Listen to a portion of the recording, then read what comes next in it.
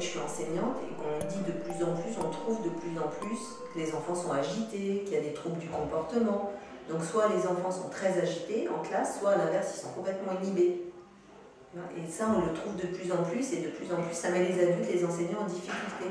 Et du coup, moi, effectivement, j'ai eu dans ma classe, comme tout le monde, des enfants effectivement agités, que j'avais du mal à gérer par moment, et du coup, qui ont beaucoup de mal à rentrer dans les apprentissages. Et là, je me suis dit, mais attends, en fait, les enfants, surtout les enfants, quoi, ils ont beaucoup besoin de bouger. Je me suis dit, mais attends, on passe à côté d'un truc qui est évident, qui est là devant, quoi, le corps de l'enfant. Qu'est-ce qu'on fait de ce corps qui a besoin de bouger, qui n'a pas encore découvert toutes ses potentialités, qui ne sait pas encore ce qu'il peut faire, comment il peut le faire, hormis les règles qu'on dit fais ça, fais pas ça, mais bon, c'est pas du vécu, quoi, fais ça, fais pas ça, c'est du langage. Ben, par exemple, en situation d'apprentissage, dans une classe, ben, il y a un enfant, d'un coup il a mal à un endroit, un autre enfant, il a une émotion qui monte, il est en colère parce que le copain a fait ci, a fait ça, et tout ça, c'est des choses qui se traduisent immédiatement dans le corps et qui peuvent l'empêcher d'accéder à des apprentissages et l'empêcher d'accéder aux situations que nous, enseignants, on met en place. Je tenais compte des émotions, des états corporels des enfants avec qui je travaillais, mais je les absorbais pour que l'enfant, en me disant que bah, du coup, si moi j'absorbais sa colère, son mal de ventre, ou ci ou ça, ou le fait qu'il n'ait pas envie d'être là, si moi j'absorbais ça, du coup, après, lui, il serait disponible pour apprendre. Alors parfois ça fonctionne, parfois ça ne fonctionne plus. Mais l'enseignante, elle porte beaucoup les enfants, elle porte voilà, sur différents plans, de différentes façons. Elle porte beaucoup de choses et à un moment c'est bien aussi d'apprendre aux enfants, et pour l'enseignante et pour les enfants, d'apprendre aux enfants à devenir autonomes. Cette émotion qui surgit, cette colère qui surgit chez l'enfant, bah, l'adulte il arrive, il le console, il dialogue, il organise une discussion avec les pairs au besoin, mais en même temps, au bout d'un moment, c'est d'apprendre à l'enfant, tiens, bah là tu as la colère qui monte, déjà qu'est-ce que tu sens, d'en prendre conscience, et puis après de voir ce que lui peut mettre en place pour gérer ça, quoi.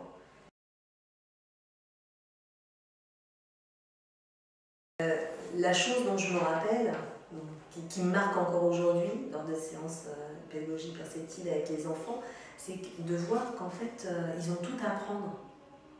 Tu sais, de me dire, ah ben oui, mais en fait, ah oui, mais rien que lever les bras, ben oui, c'est pas si évident, puis en même temps, il y a les pieds qui font ça, les jambes. Et j'ai tout le temps l'impression de me dire, mais attends, si je faisais pas ça, s'il n'y avait pas ces séances-là, ben, je ne penserais pas à travailler le schéma corporel, quoi. Ça donne matière à apprendre quelque chose de soi et de la relation à soi.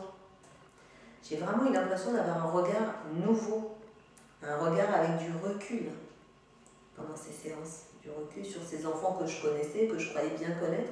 Et en fait, je découvrais, alors soit ça allait dans le sens de ce que j'avais déjà vu, ça confortait ce que j'avais déjà vu, ce que je savais des enfants, soit à l'inverse, ça me faisait découvrir des nouvelles possibilités ou d'autres façons d'être.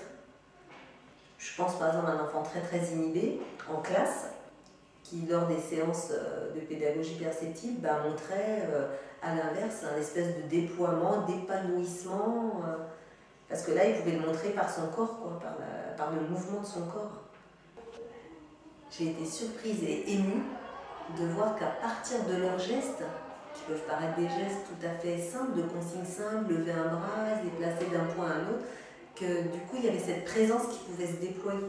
L'enfant du coup devenait présent à lui-même, parce qu'au moment où je dois faire ce geste de lever le bras, il faut que je sois vraiment là, quoi. Et en plus il me le demande dans certaines conditions, lentement, et en plus il me le demande parfois en face à face, où les enfants sont face à face, parfois il y a des enfants qui sont spectateurs, et ça, du coup j'ai vraiment découvert une qualité de présence chez tous les enfants, qui là pouvaient se manifester à différents moments, de différentes façons, mais vraiment une vraie qualité de présence à eux-mêmes, à leurs gestes, à ce qui se passe, une qualité de présence aux autres aussi. Grâce au travail sur le corps, à cette éducation de la présence aux gestes, j'ai l'impression que du coup le langage est d'autant plus efficace. Ça circule, ça... Souvent après les séances, les enfants ils dialoguent, ils parlent, ils se mettent en relation, ils disent, donc ils parlent de ce qu'ils ont vécu, mais ils parlent aussi dans des situations conflictuelles, ou des situations de tous les jours, quoi, des situations quotidiennes. Un tel lui a pris le jouet, il ne fait pas comme d'habitude. Habituellement, l'enfant allait et tapait sur l'autre, et là, c'est pas ça, il va lui parler. Donc déjà, il déplace son corps, tu vois, il y a vraiment quelque chose qui part du corps. Il va voir le copain qui lui a pris son jouet et puis il lui parle. Et ça, j'assiste à des choses comme ça. Là, je n'assistais pas auparavant. Ces capacités-là font que du coup, ils deviennent autonomes. Parce que l'autonomie, c'est une construction. En fait, pour moi, l'autonomie, c'est ça, c'est une construction de soi, quoi. Des enfants, du coup, qui allaient chercher l'aide chez un autre, voilà, des espèces de relations comme ça qui n'avaient pas lieu auparavant. Et l'autonomie, c'est tout ça. L'autonomie, c'est pas être tout seul dans son coin. L'autonomie, c'est on rentre en relation avec soi-même et rentrer en relation avec l'autre. Moi, mon positionnement en classe, il est différent. Complètement, j'allais dire complètement différent aussi. Au niveau du corps, oui, il est différent. J'ai une certaine stabilité, une présence, j'allais dire une présence rayonnante. Ça n'a rien de prétentieux, mais c'est vraiment ça, quoi. C'est-à-dire, je suis là, mais en même temps, je sens que je suis en lien avec tous les enfants, mais en même temps, je sens que le fait qu'eux aient fait ce travail-là aussi, ça permet d'avoir des liens beaucoup plus fluides, beaucoup plus simples. Moi, mon positionnement, il est beaucoup plus relâché, moins tendu. Toujours vouloir tout gérer, parce que gérer une classe, c'est quand même pas facile. Tout le monde n'arrive pas à le faire, hein. C'est quand même une expérience, quoi, de gérer un groupe comme ça d'enfants, avec quand même des contraintes, des objectifs, avec un idéal au bout du compte, voilà, quoi, qui pourrait de les rendre autonomes ou de leur donner envie d'apprendre, envie d'aller à l'école. Et du coup, là, moi, depuis que je fais ce travail-là avec les enfants, et donc en pédagogie perceptive, du coup, je suis beaucoup plus détendue, plus relâchée, je mets moins d'enjeux dans ce qui se passe, je relativise beaucoup plus les choses. Je suis plus présente à moi aussi.